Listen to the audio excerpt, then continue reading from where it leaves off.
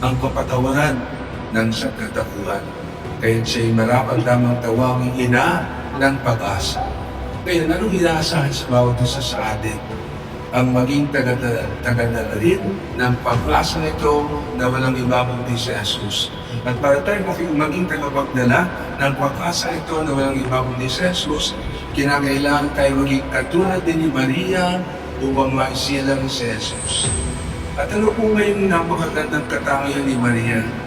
Nababang loob, buhay sa pag-ibig, kahit sa kanyang buong buhay, sumangayaw, naging isa sa napakagandang langong ng Diyos.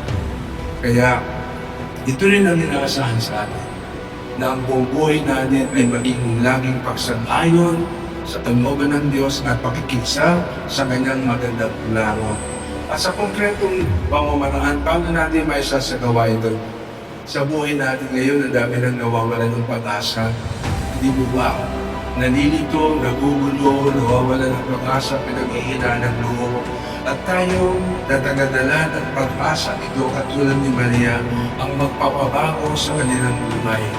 Sa pagpapanasamit, pagdulungin, mapagbigay, kung sa pamamagitan ng makilala at pagtanggap sa bawat isa ng kapatid, di ba? Mabubuhay at sinuman. Magkakaroon ng pag-asa.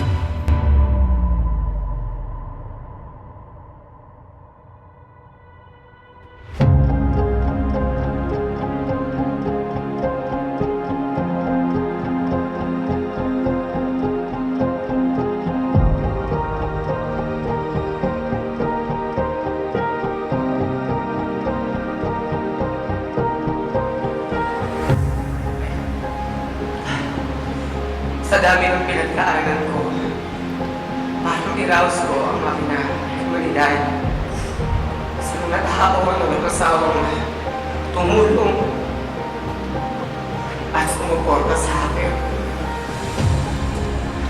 Hindi ko na kayo isa-isahin pa. Kasi alam niyo,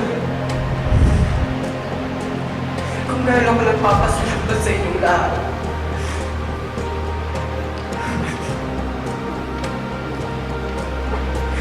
sa lahat ng tao na nasa tabi ko lagi nagpapaalala, laging nagbibigay sa akin ng mga payo. Maraming salamat sa inyo lahat. Hindi magiging makukulang kung pag-iharmano ko hindi dahil sa inyo. Lalo na sa akin mga kaibigan, sa aking pamilya.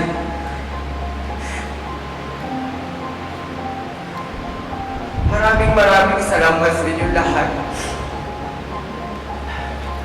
Bukod na nagpapasalamat din ako sa ating Mayor John Ferrer, kasama ng ating Vice Mayor Jonas Labugen at Congressman Tony Ferrer at ng ating Sangguniang Panlunsod.